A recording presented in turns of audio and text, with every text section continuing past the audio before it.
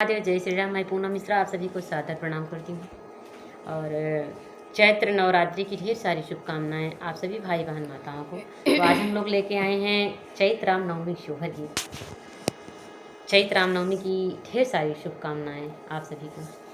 लेकिन राजा रानी संवाद है कि कोई कितना भी पति को बेलमाए लेकिन पत्नी तो पत्नी ही होती है।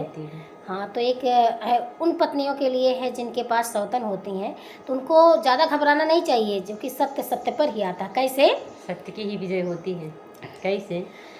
राजा जे छोड़ैया अपन रानी, ललनवा के कारण, ललनवा के कारण हो सखिया जाई के बैठे फूलवरिया, मालिनिया लई के बेलसाई, मालिनिया लई के बेलसाई हो। राजा जे छोड़ैया अपन रानी, ललनवा के कारण, ललनवा के कारण हो सखिया जाई के बैठे फूलवरिया, मालिनिया लई के बेलसाई, मालिनिया लई के बेलसाई हो। छोड़ी देता राजा रजवड़िया, रानी के महलिया, रानी के महलिया नु हो। राजा छोड़ी देता बारी बिया हलिया, हमाई लई के बेलसा, हमाई लई के बेलसा हो। राजा छोड़ी देता बारी बिया हलिया, हमाई लई के बेलसा, हमाई लई के बेलसा हो। छोड़ी दी है राजा रजवड़िया, रानी के महलिया, रानी के महलिया नु हो। सखियाँ छोड़ी दी है बारी बिया हलिया, मालिनिया लई के बेलसाई, मालिनिया लई के बेलसब हो। सखियाँ छोड़ी दी है बारी बिया हलिया, मालिनिया लई के बेलसाई, मालिनिया लई के बेलसब हो। के करे दुआरे बाजन बाजई, गजब निकला गई, गजब निकला गई हो।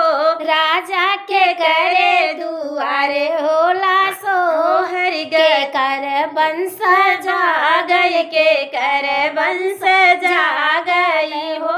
राजा के करे दुआरे होला सोहर, के कर बंस जा गई, के कर बंस जा गई हो। हमरे दुआरे बाजन बाजई, गजब निकला गई, गजब निकला गई हो। मालिनी हमारे दुआरे होला सोहर, हमारे बंस जा गई, हमारा बंस जा गई हो।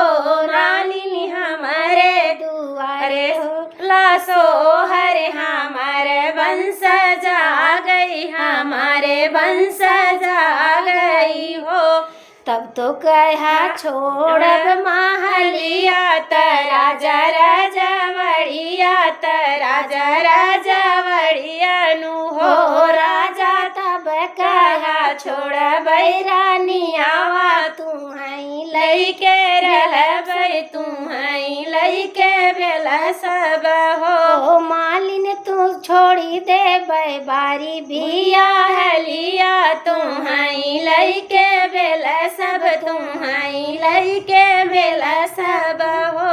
तू तो मालिन पाने के बिरौआ जुठारी के थुकबै, जो कुची के थुकबै हो। मालिन मोरी रानी सोने के रारियावा, तनित उठी जई भई, तनित उठी जेऊबै हो। मालिन मोरी रानी सोने के थरियावा, तनित उठी जईबै, तनित उठी जईबै हो। तो इस गीत में देखिए, जो सत्य होता है वही प्राप्त होता है। प्राप्त होता है। सौतन रहने के बाद भी वंश उन रानी का ही जगह और राजा रानी के हुए।